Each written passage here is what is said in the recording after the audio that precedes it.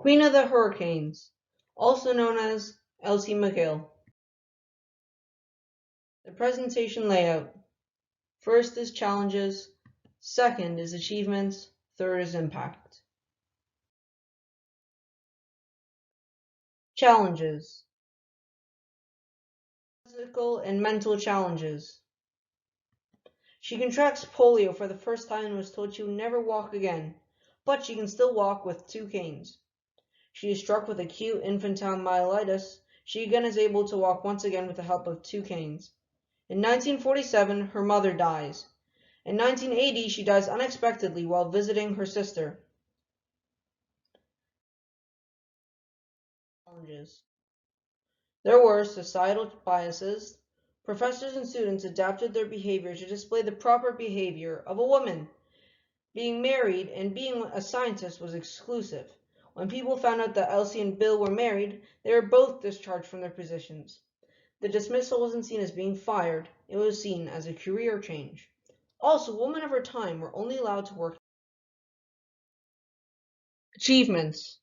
She was the first female graduate of electrical engineering at the University of Toronto in 1927, the first female to earn a master's degree in aeronautical engineering in 1929, first practicing Canadian engineer, became chief aeronautical engineer of Canadian Car and Foundry in 1938. She was the head of the production of the Hawker Hurricane fighter planes, president of the Canadian Federation of Business and Professional Women's Clubs, member of the Royal Commission on the Status of Women in Canada. She wins the gold medal from the Association of Professional Engineers, Ontario. Impact. She creates the Hurricane Hawker, which was a massive tipping point in the war and is often compared to the legendary Spitfire. She wants it designed so that all the pieces are identical in each plane so that they can be repaired on the battlefield. This helps save a lot of money and many lives.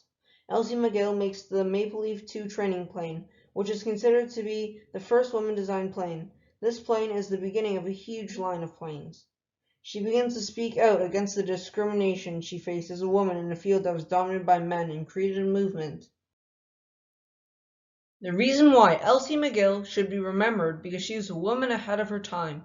While other women were only allowed to work in factories, she overcame that hurdle. She overcame social biases and many struggles and invented planes.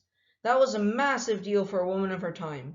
She even spoke out against oppression, so she broke many hurdles for women of her time. So that's why Elsie MacGill should be known through Canadian history. People have honored Elsie MacGill by creating a comic book after her death. In my opinion, the best way to honor her is to have a science medal in her name, just like the Nobel Peace Prize, the Queen of the Hurricanes Scientific Medal. This makes sense because she loved engineering and science and was a leader in the field for all women. A quote to end it off. I have received many engineering awards, but I hope I will also be remembered as an advocate for the rights of women and children. Elsie MacGill. This quote is appropriate because she was a leader for engineers and women of her time. But not only did she have invented the Hurricane Hawker, which was compared to the legendary Spitfire, but she spoke out against oppression and social biases. And so she would like to be remembered across everything she did. So that's why I think this quote would be appropriate. Thanks for watching.